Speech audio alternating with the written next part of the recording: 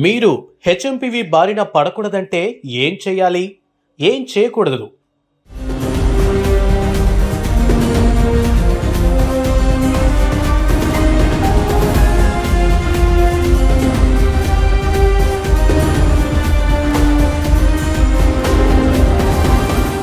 మనమంతా ఏది జరగకూడదని కోరుకున్నామో అదే జరుగుతోంది.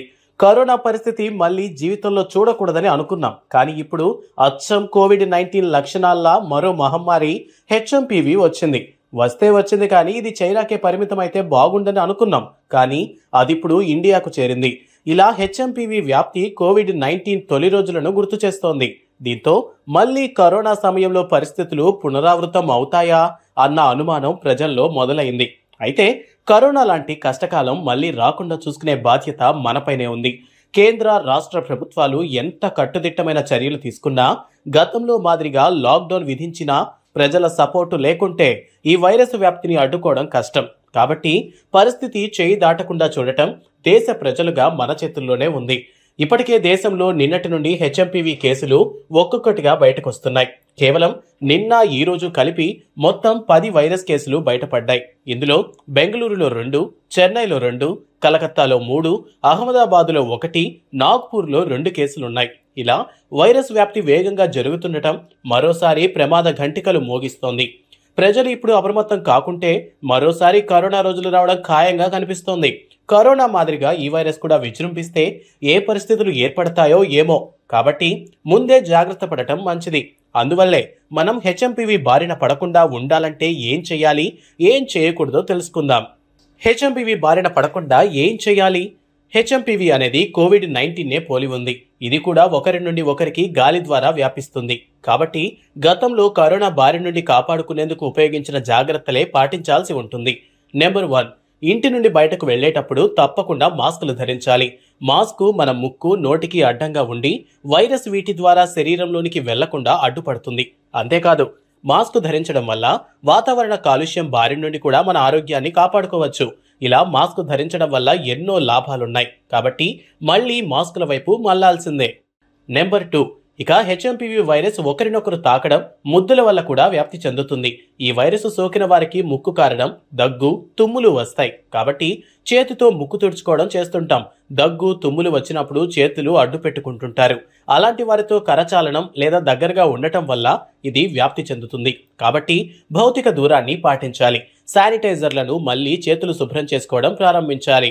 నెంబర్ 3, గాలి ద్వారా ఈ హెచ్ఎంపీవీ వైరస్ వ్యాప్తి చెందుతుంది. అంటే జనాల రద్దీ ఎక్కువగా ఉండే ప్రాంతాల్లో దీని వ్యాప్తి ఎక్కువగా ఉంటుంది. కాబట్టి రద్దీ ప్రాంతాలకు వెళ్లకుండా ఉండటం మంచిది.